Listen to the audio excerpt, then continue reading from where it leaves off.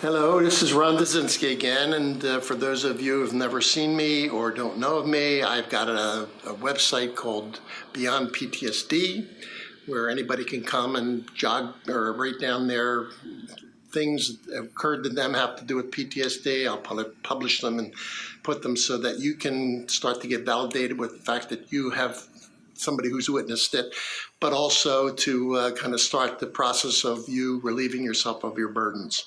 So in any event, today I was talking to you about other ways to get PTSD. Those ways include my war experience and your war experience, if that's how you got it. And the second one that I brought up was something that came to me from one of my writers, which was bullying, which I had not even a clue that that was a way to get PTSD. So third one is something that my wife brought up, which I thought was, again, I'm surprised I never thought of it, but I just never did think of it. And that is childhood abuse. She says that with the current research that's out there, more and more they're finding that you have a greater proclivity to get PTSD as a child or as an adult if there was childhood dissociation. Now, I had not even known what that word meant, but she said it's when the child does not, for some reason, connect with the parent as a loving member or something. Now, I don't ever remember that as being part of my life, but, and maybe I was not part of that statistic that would be, joined in there. But this was an area that she said happens in the extreme side, but by something which is like childhood abuse. So the child gets, abused by one of or both of the parents. Could be physical, could be mental, could be emotional, could be I don't know how they do all the different ways, because hopefully I'm not doing that. I had not done that to my child. But in any event, then you get a disconnect. You're not looking at that person for a loving relationship, but one that creates danger, and it creates danger over and over and over again.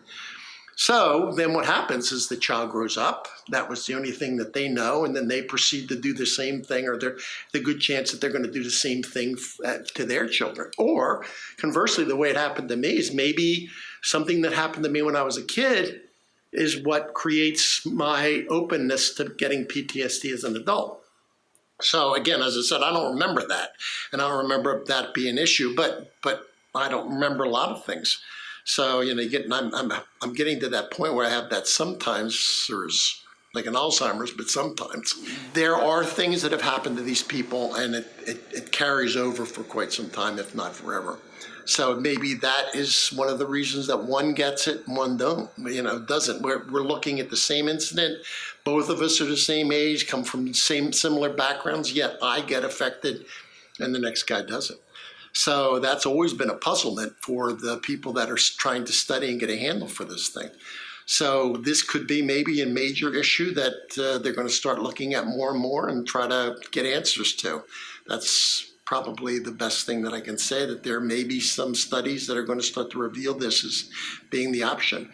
I don't know. All I do know is that some people seem to have PTSD, and one of the causes can be abuse. And there are other things which I'll talk about along the way, but if you have anything that's happened to you that you feel is still giving you nightmares, have to do with something that your parents did or something that you feel was an issue of abuse that you're still carrying around after all these years, and you're looking for a place to park it, hey, here's a place. You can come in, you can talk. We have a confidential area that your name and your face are not associated with what you're saying.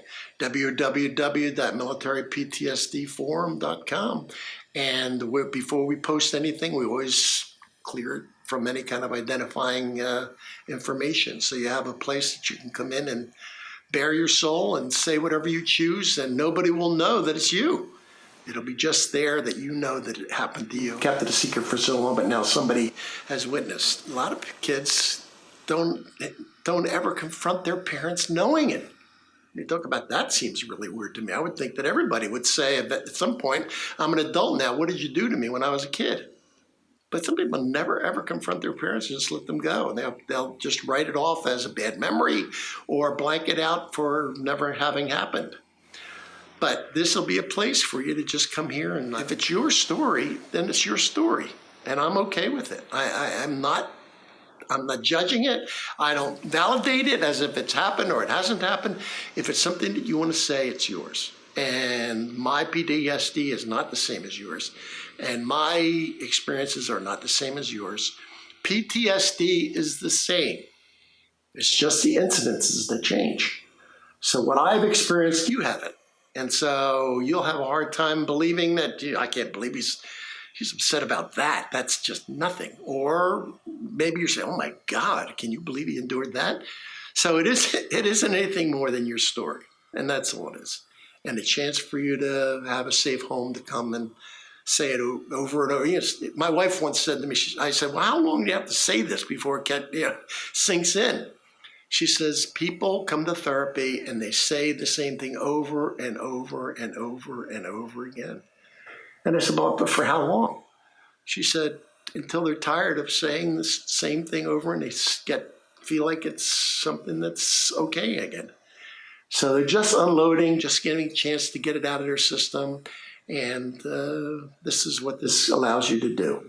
So hopefully you'll benefit from this video. And if you feel like you've gotten something from it, this is the address that you can write us. And this is any questions that you might have. We'll talk about them on this video. If it's something really important that I haven't thought of, or maybe you want to do a video.